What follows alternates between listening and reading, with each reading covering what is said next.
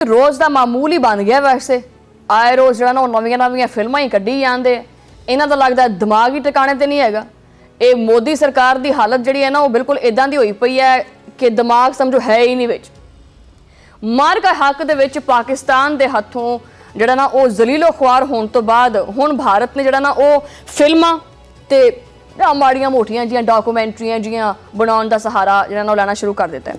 कदी इहनूं सिनेमा च रिलीज़ कर दिंदा है, कदी किसी डॉक्यूमेंट्री नूं किन्ना ने OTT प्लेटफॉर्म ते रिलीज़ कर दिंदा है, ते कदी जिहड़ा है ना वो आप ही घरे बना के वेखण लग पैंदा। इहने कोई नवां ही ड्रामा शुरू करता, क्योंकि देखो पूरी दुनिया दे विच ना इंडिया दा जिहड़ा एक अपने आप नूं समझदा सी ना, वो चीज़ बनी नहीं है। देखो उन्होंने कहा कि मैं आप कहाँ पे जाऊँ, कुछ तो करना पड़ेगा। चलो और कुछ ना सही, डॉक्यूमेंट्री ही सही है।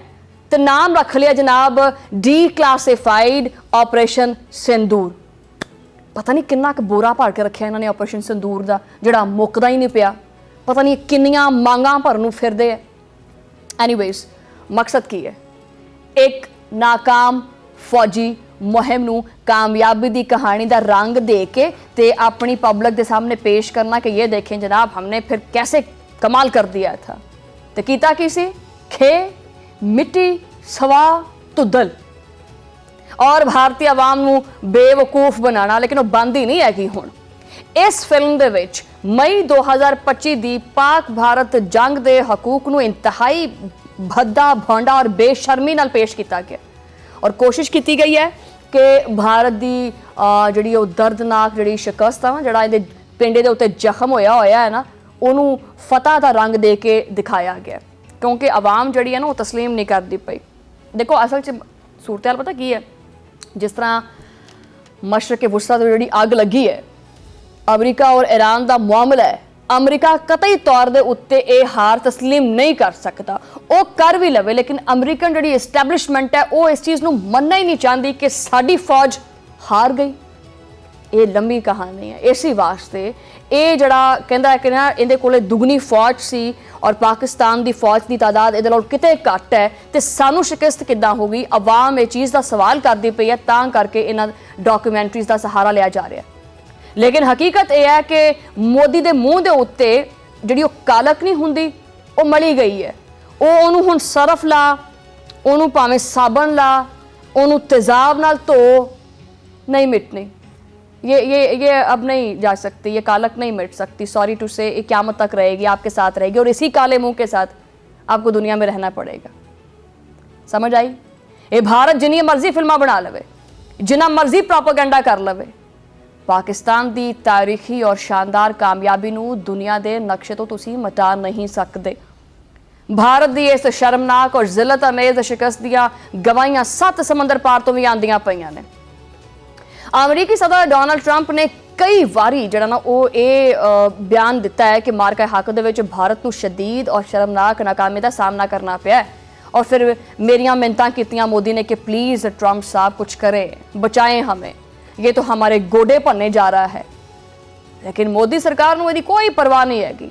वो तो 12 साल की आवाम नूं बेवकूफ बना के बॉलीवुड के ड्रामे जो बनाई जाता है। वो 4-5 जे हैगे इन्हां दे हीरो जिहड़े ने, जिहड़े सन 47 तो चलते ही आ रहे हैं, अमली तौर के उत्ते जंग के मैदान के इन्हां दे कोले कुछ है ही नहीं।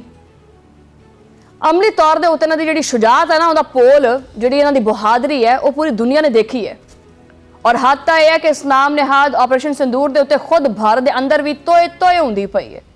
भारतीय फौज के आपदे जिहड़े सीनियर दिफाई तजियाकार ने, वो कहते पे कि ये देखें मोदी सरकार, ये शीशा है, इसमें ज़रा अपना चेहरा देख ले, यह शीशा देख लो। क्यों नहीं देखते तुसीं शीशा?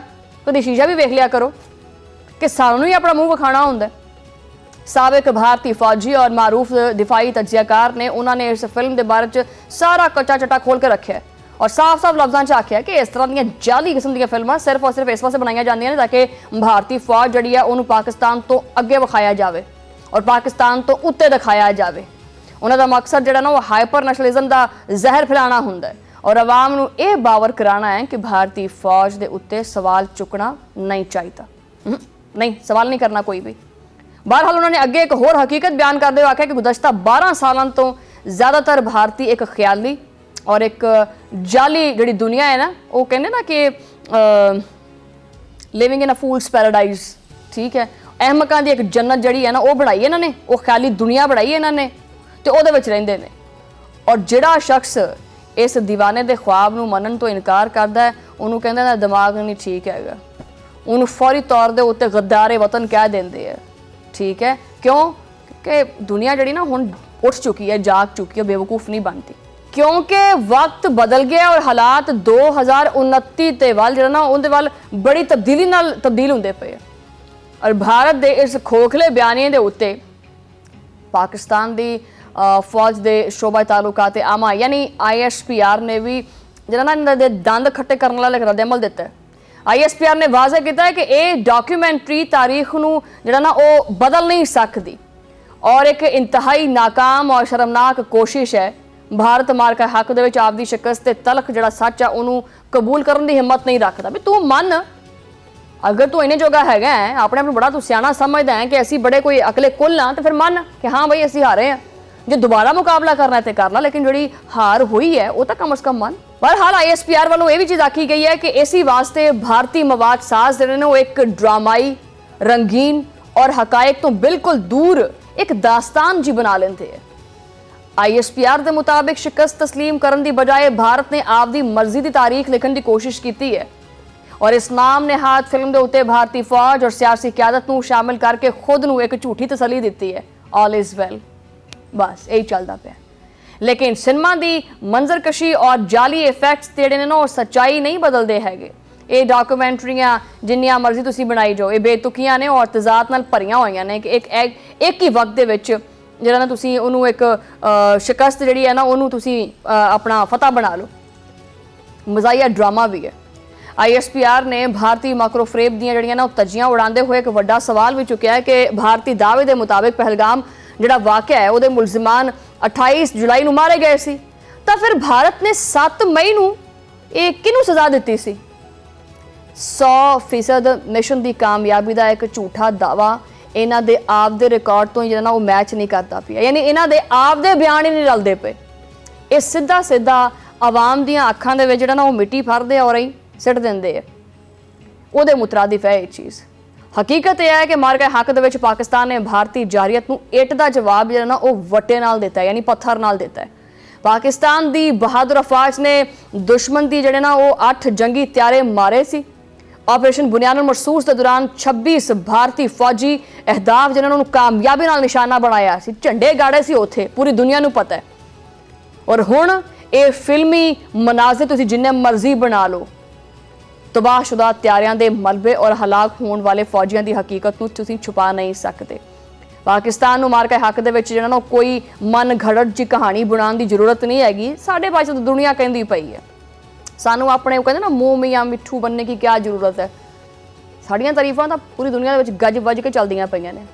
ਸਾਡੇ ਕੋਲ ਜੰਗੀ ਰਿਕਾਰਡਸ ਨੇ, ਸਾਡੇ ਸਫਾਰਤੀ ਰਾਬਤੇ ਖੁਦ ਭਾਰਤੀ ਹੁਕਾਮ ਵਾਸਤੇ ਜਿਹੜਾ ਨਾ ਕਾਫੀ ਨੇ, ਇਹਨਾਂ ਦੇ ਨੀਂਦਾਂ ਹਰਾਮ ਕਰਨ ਵਾਸਤੇ ਕਾਫੀ ਨੇ। ਸਾਨੂੰ ਕੋਈ ਫਰਕ ਨਹੀਂ ਪੈਂਦਾ, ਰੱਤੀ ਬਰਾਬਰ ਪਈ। ਮਾਰਕਾ ਹੱਕ ਨੂੰ 1 ਸਾਲ ਤੋਂ ਜ਼ਿਆਦਾ ਦਾ ਅਰਸਾ ਗੁਜ਼ਰ ਗਿਆ, ਮਗਰ ਭਾਰਤ ਵਾਸਤੇ ਇਹ ਜਿਹੜਾ ਹੈ ਇਹ ਜਿਹੜਾ ਜ਼ਹਿਰ ਪੀਣਾ ਹੈ ਹਜੇ ਵੀ ਮੁਸ਼ਕਲ ਹੋਇਆ ਪਿਆ। ISPR ਨੇ ਦੁਨੀਆ ਨੂੰ ਯਾਦ ਦਿਲਾਇਆ ਕਿ ਜੰਗ ਦਾ ਖਾਤਮਾ ਦੋਨੋਂ ਮੁਲਕਾਂ ਦੇ DGMOs ਦੇ ਦਰਮਿਆਨ ਇਤਫਾਕੀ ਰਾਏ ਨਾਲ ਹੋਇਆ ਸੀ। ਦੋਨੋਂ ਮੁਲਕਾਂ ਨੇ ਆਖਿਆ ਕਿ ਜੀ ਬਸ ਸਭ ਨਹੀਂ ਕਰਨਾ ਚਾਹੀਏ। ਅਮਰੀਕੀ ਮੁਆਵਨਤ ਨਾਲ ਹੋਣ ਵਾਲੀ ਇਸ ਗੈਰ ਮਸ਼ਰੂਕ ਜੰਗਬੰਦੀ ਨੂੰ ਭਾਰਤ ਆਪਦੀ ਯਕਤਰਫਾ ਫਤਹ ਬਣਾ ਕੇ ਪੇਸ਼ ਨਹੀਂ ਕਰ ਸਕਦਾ। ਇਹ ਦਸਤਾਵੇਜ਼ੀ ਫਿਲਮ ਆਪਦੇ ਹੀ ਦਾਅਵਿਆਂ ਦੀ ਨਫੀ ਕਰਦੀ ਹੈ ਔਰ ਭਾਰਤੀ ਫੌਜੀ ਨਾਕਾਮੀ ਦਾ ਮੂੰਹ ਬੋਲਦਾ ਸਬੂਤ ਹੈ। ਪਾਕਿਸਤਾਨ ਹਮੇਸ਼ਾ ਤੋਂ ਖਿੱਤੇ ਦੇ ਵਿੱਚ ਅਮਨ ਔਰ ਇਸਤਹਿਕਾਮ ਦਾ ਹਾਮੀ ਰਿਹਾ ਹੈ, ਅਸੀਂ ਹਜੇ ਵੀ ਹੈਗੇ ਹਾਂ। ਲੇਕਿਨ ਸਾਡੀ ਅਮਨ ਪਸੰਦੀ ਨੂੰ, ਸਾਡੀ ਅਮਨ ਦੀ ख्वाहिश ਨੂੰ ਸਾਡੀ ਕਮਜ਼ੋਰੀ ਸਮਝਣ ਦੀ ਭੁੱਲ ना करना, तुमसे ना हो पाएगा, यह मत करना, दोबारा भूल मत करना। ये वाली पाकिस्तानी अफवाज मुल्क की एक एक इंच ज़मीन खुद मुख्तारी और सालमियत के दफा वास्ते कोई घंटे 2 घंटे वास्ते नहीं बल्कि पूरे 24 घंटे तैयार बैठी है। अगर भारत ने आइंदा कोई भी मन घड़त मुहिम जय करने की जरूरत की तो इस बारी जवाब इन्ना कोई डाढ़ा होना है ना, इन्ना को फैसला को और इन्ना को कोई दर्दनाक होना है ना कि तुहाड़ियां 1-2 नहीं बल्कि 7 दियां 7 पुश्तां याद रखणगियां। ये फिल्मां बनाना आसान है, फतह साबित करना मुश्किल है, दावा करना आसान है, सबूत देना मुश्किल है, तारीख लिखना आसान है, तारीख बदलना मुश्किल है। ਮੋਦੀ ਸਰਕਾਰ ਯਾਦ ਰੱਖੇ ਕਿ ਵੀ ਇਹ ਜਿਹੜੇ ਲਾਈਟ ਕੈਮਰਾ ਐਕਸ਼ਨ ਨੇ ਨਾ, ਇਹ ਜ਼ਾਵੀਏ ਨਹੀਂ ਬਦਲ ਸਕਦੇ, ਤਾਰੀਖ नहीं बदल सकते। ये एडिटिंग जी तुम करते हैं ना कि भी इधर से मिसाइल आ गए और लाहौर में सेना घुस गई, ये कुछ नहीं कर सकते। प्रोपोगेंडा हमेशा कभी कामयाब नहीं होता, ये सबूत नहीं होंगे। जंग का फैसला कोई फिल्मां नहीं करदियां, मैदान करते हैं, और तारीख का फैसला नारा नहीं करता, रिकॉर्ड करता है। सो मोदी सरकार एक बार कान खोल के फिर सुन लवे, ये फिल्मां और ड्रामिया दे नाल मैदान जिहड़े ने नहीं मारे जाते, जंगां सच्चे जज्बे और बहादरी नाल जित्तियां जांदियां ने, जो कि पाकिस्तान की फौज का तुरा इम्तियाज़ है। भारत का झूठ बेनकाब हो गया है और दुनिया हुण इहदी नाकामी दीयां कहानियां दे उत्ते माना हसी जाती है। ਜਦੋਂ ਉਹਨਾਂ ਨੂੰ ਕੋਈ ਕਾਮੇਡੀ नहीं ना मिलती हैगी तो ਉਹ ਇਹਨਾਂ ਦੇ चैनल्स ला लेंदे है। यार हंसने का मूड है यार, क्यों ना कोई इंडियन चैनल लगा ले, चलो हासी मजाक ही सही, यही चलता है वैसे।